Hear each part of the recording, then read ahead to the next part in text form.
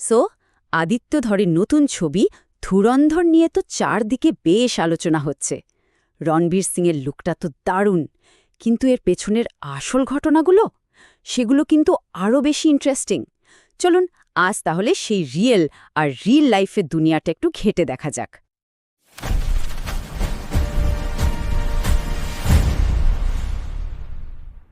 ব্যাপারটা ভাবুন একবার। একদিকে একজন ইন্ডিয়ান আর্মি অফিসার যিনি দেশের জন্য জীবন দিয়েছেন, আর ঠিক উল্টো দিকে করাচির আন্ডারওয়ার্ল্ডের ত্রাস এক খতরনাক গ্যাংস্টার। ধুরান্ধার সিনেমাটা নাকি এই দুজনকেই এক গল্পে নিয়ে আসছে। কিন্তু প্রশ্নটা হলো কিভাবে? এদের মধ্যে কি সত্যি কোনো কানেকশন ছিল? ওয়েল, এই পুরো ব্যাপারটা বুঝতে হলে আমাদের আসলে দুটো আলাদা গল্প জানতে হবে। দুটোই কিন্তু সত্যি ঘটনা, আর দুটোই সাংঘাতিক ড্রামাটিক। একটা গল্প হলো সাহস আর স্যাক্রিফাইসের, আর অন্যটা ক্রাইম আর রিভেঞ্জের এক রক্তাক্ত ইতিহাস। তো চলুন গল্পটা শুরু করা যাক ছবির হিরোকে দিয়ে, যার থেকে ইন্সপিরেশন নিয়ে রণবীর সিং অভিনয় করছেন। তিনি হলেন মেজর মোহিত শর্মা, ইন্ডিয়ান আর্মির একজন এক্সট্রাঅর্ডিনারি অফিসার। মেজর শর্মার জীবনের একটাই স্বপ্ন ছিল, ইন্ডিয়ান আর্মির এলিট প্যারা স্পেশাল ফোর্সে জয়েন করা। জানেন, প্রথমবারে কিন্তু তিনি পারেননি, কিন্তু হার মানার পাত্র তিনি ছিলেন না। 2003-এ গিয়ে অবশেষে স্বপ্নটা সত্যি হল। তিনি জয়েন করলেন ইন্ডিয়ার অন্যতম সেরা ইউনিট ওয়ান প্যারা এসএফে, আর ঠিক এখান থেকেই তার জীবনের সবচেয়ে অবিশ্বাস্য চ্যাপ্টারটা শুরু হয়। ওকে, এবার যে গল্পটা বলবো সেটা শুনলে মনে হবে কোনো সিনেমার স্ক্রিপ্ট। মেজর শর্মা একটা ছদ্মনাম নিলেন, ইফতিকার ভাট। গল্প বানালেন যে ইন্ডিয়ান আর্মি তার দাদাকে মেরে ফেলেছে, আর সে এখন রিভেঞ্জ চায়। ভাবুন একবার, এই পরিচয় নিয়ে তিনি সোজা হিজবুল মুজাহিদিনের একটা সেলের ভেতরে ঢুকে পড়লেন। শুধু তাই না, ওদের বিশ্বাস জেতার জন্য বাবুর্চির কাজও করতে শুরু করেন। কিন্তু আসল টুইস্টটা আসে যখন দুই টেররিস্ট লিডার তাকে সন্দেহ করতে শুরু করে। তখন কি হলো? মেজর শর্মা একা হাতে ওই দুজনকেই খতম করে সেখান থেকে বেরিয়ে আসেন। জাস্ট ভাবা যায়। 2009 সাল, কুপওয়ারার জঙ্গলে টেররিস্টের সাথে এক ভয়াবহ লড়াইয়ে তিনি মারাত্মকভাবে জখম হন, কিন্তু নিজের কথা ভাবেননি এক মুহূর্ত। তার শেষ কথাগুলো ছিল তার টিমের লোকেদের জন্য। বলছিলেন, আমি ঠিক আছি, বাকিরা ঠিক আছে কিনা দেখুন। এই অবিশ্বাস্য সাহসের জন্যই তাকে মরণোত্তর অশোক চক্র দেওয়া হয়, যেটা ইন্ডিয়ার সর্বোচ্চ শান্তিকালীন বীরত্বের সম্মান। তো একদিকে মেজর শর্মার এই বীরত্বের গল্প, অন্যদিকে ধুরন্ধর ছবির ইন্সপিরেশনের আর একটা দিক, যেটা আমাদের নিয়ে যাবে একদম অন্য একটা দুনিয়ায়। চলুন এবার ইন্ডিয়া থেকে সোজা যাওয়া যাক পাকিস্তানে, করাচির অন্ধকার গলিতে। দেখা করা যাক ছবির সেকেন্ড মেইন ক্যারেক্টারের সাথে, কুখ্যাত গ্যাংস্টার রহমান ডাকাত, যার চরিত্রে অভিনয় করছেন অক্ষয় খান্না। করাচির লিয়ারি একটা সময় এই এলাকাটা ছিল গ্যাং ওয়ারের হটস্পট, আর এই পুরো গ্যাং ওয়ারের শুরুটা হয়েছিল রহমান ডাকাতের সাথে তারই মেন্টর হাজি লালুর একটা ঝামেলার কারণে। কারণটা কি ছিল জানেন? মাত্র 1 কোটি টাকার ভাগাভাগি। এই ঝামেলা থেকেই রহমান নিজের গ্যাং বানায়, আর হাজি লালুর ছেলে আরশাদ পাপ্পুর 1 নম্বর দুশমন হয়ে ওঠে। এই টেবিলটা একবার দেখুন, তাহলেই লেয়ারের পাওয়ার গেমটা পরিষ্কার হয়ে যাবে। রহমান ডাকাতের পর তার জায়গা কে নিল?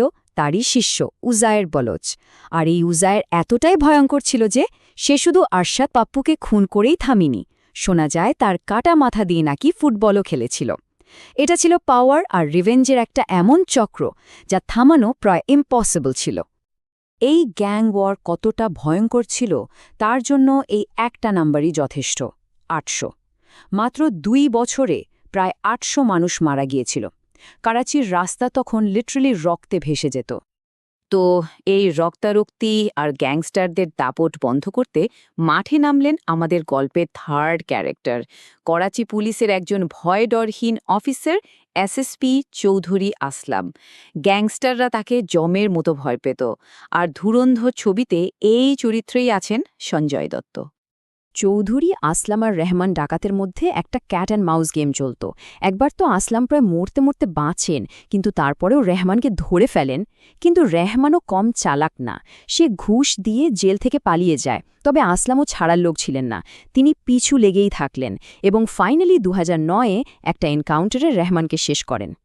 এখানে একটা জিনিস একটু বলে রাখা দরকার, রহমান ডাকাতের মৃত্যু হয়েছিল একটা পুলিশ এনকাউন্টারে।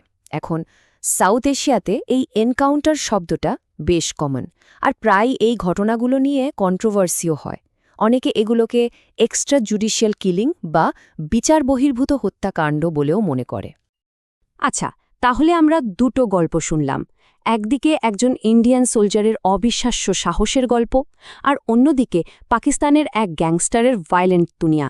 কিন্তু সবচেয়ে বড় প্রশ্নটা তো এখনও বাকি, এই দুটো গল্প একটা সিনেমায় এসে মিলল কি করে? চলুন এবার আসল কানেকশনটা খুঁজে বের করা যাক। এটাই হলো সেই আহা মোমেন্ট। দেখুন, ধুরন্ধর সিনেমাটা ঠিক এই তিনজন রিয়েল লাইফ ক্যারেক্টারকেই এক স্ক্রিনে নিয়ে এসেছে।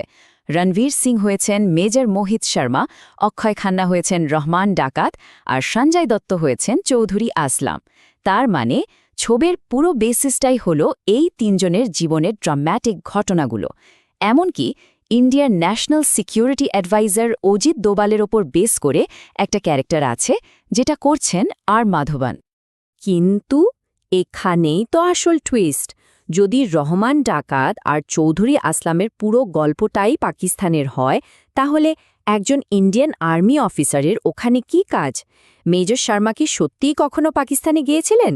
ওয়েল, আমাদের রিসার্চ বলছে অফিশিয়াল রেকর্ডে এমন কোনো ইনফরমেশন নেই যে মেজর শর্মা পাকিস্তানে কোনো মিশনে গিয়েছিলেন। তার সাহসিকতার সব গল্প কিন্তু ইন্ডিয়ার মাটিতে। তাহলে আসল ব্যাপারটা কি? আসল ব্যাপারটা হলো ধুরন্ধর দুটো সম্পূর্ণ আলাদা আনরিলেটেড সত্যি ঘটনাকে একসাথে মিশিয়ে দিয়েছে। ডিরেক্টর এখানে যেটা নিয়েছেন তাকে বলে সিনেম্যাটিক লিবার্টি বা ক্রিয়েটিভ ফ্রিডম। তিনি একজন ইন্ডিয়ান হিরোর বীরত্বের গল্পের সাথে পাকিস্তানের ক্রাইম ওয়ার্ল্ডের একটা ডার্ক চ্যাপ্টারকে জুড়ে দিয়ে একটা দারুণ ক্রস বর্ডার থ্রিলার বানিয়েছেন। শেষে গিয়ে একটা প্রশ্ন কিন্তু থেকেই যায়। যখন রিয়েল লাইফ থেকে সিনেমা তৈরি হয়, তখন আমরা যাদের হিরো বা ভিলেন হিসেবে দেখি, সেটা কতটা সত্যি আর কতটা ডিরেক্টরের কল্পনা? এই গল্পে আসল হিরোকে, ভিলেনই বাকে, নাকি সবাই পরিস্থিতির শিকার? এই বিচারটা করার ভার হয়তো দর্শকদের উপরই ছেড়ে দেওয়া হয়েছে।